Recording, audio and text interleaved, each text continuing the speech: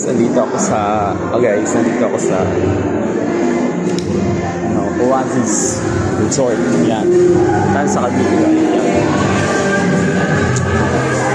Ikot-ikot. Yan. Tuturo ko kayo sa Oasis Resort. Yan. Dito sa Tansa, Cavite. Daming tao, mga builders sa doon. Ito yung pool. Ikutin natin yung pool. Yan. Ikot tayo sa pool para makita nyo guys. Yan.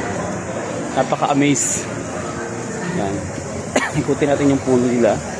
Yan, dito tayo mag-uumpisa. Punta tayo doon. Yan. Yan guys. Ganda guys, ma-amaze. Yan. May cottage dito, pwede kang umakyat habang nagliligo. Yan, kanina inikit na ako dito, pero hindi ako nakarating dito yan. Yan guys. Yan. Para masarap na maligo.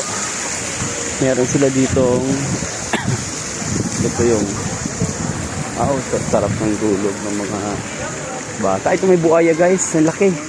Laking buhaya, puro buti hindi gumagalaw.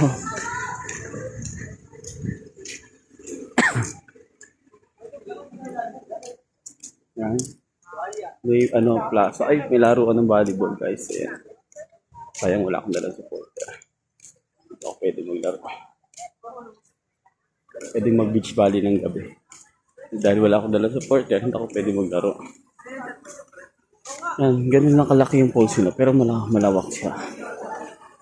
Yan, ito tayo sa Oasis Cavite. Yan. Yung niya.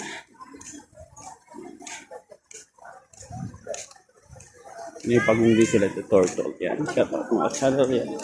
Thank you for watching. Nakalaki yung video niyan.